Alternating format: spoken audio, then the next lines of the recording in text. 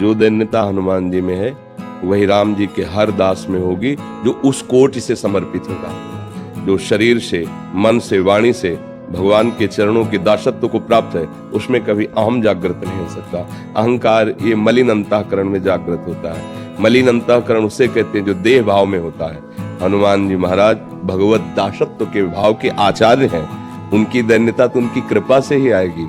एक बार महाप्रभु चैतन्य देव जी कीर्तन करते हुए जगत मंगल कर रहे थे, तो एक महात्मा भारत की समस्त नदियों की परिक्रमा किए और केवल दूध या फल का आहार लेते थे।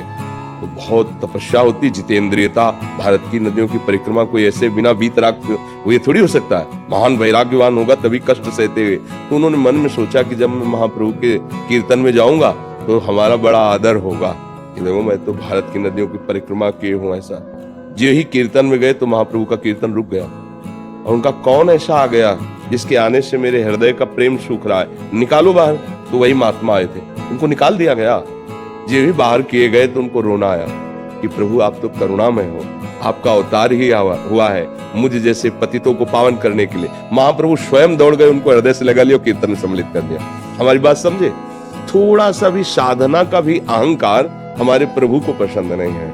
हनुमान जी तो ज्ञान समुद्र है, भगवान शंकर ही तो हनुमान जी बने हुए हैं। वो रामेश्वर रूप से उनकी पूजा कर रहे हैं और वो हनुमान जी रूप से उनके चरणों को अपनी गोद में धारण किए हुए हैं। पर जीव जो है, जब तक भगवान का भजन करके भगवत प्रेमी महात्माओं के संग से भगवत दासत्व नहीं प्राप्त करता, तब तक अहंकार कोई छोटी मोटी वस्तु थोड़ी है।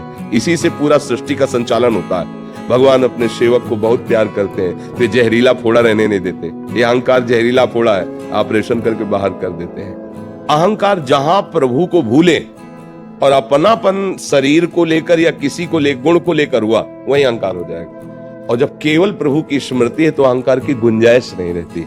फिर बेचारे संसार में आसक्त, इनकी तो गणना ही नहीं है। हम तो साधक तपस्वी महात्मा की बात करते हैं कि अगर भगवत विस्मरण हो जाए तो अहंकार वहां भी प्रवेश कर जाए। और जब साधु का अहंकार गलित हो जाता है तो शत्रु मित्र सम जानी, मान मान अपमान सम, दुख सुख लाभ न हानि, यह जो कृपा हरिओम। न दुख है, न सुख है, न लाभ है, न हानि है, न मान है, न अपमान, न निंदा है, न स्तुति है, न शत्रु है, न मित्र है। वो भगवदानंद में, वो भगवान के प्रेम में मगन महात्मा होता है। तो नाम जप करे, संतों की वाणी खूब ध्यान से सुने और अपने आचरण अच्छे करे, तो भगवान की कृपा से धीरे धीरे अहंकार जो हमें जन्म मरण के चक्कर में फंसाता है, उससे हमारी मुक्ति हो जाती है।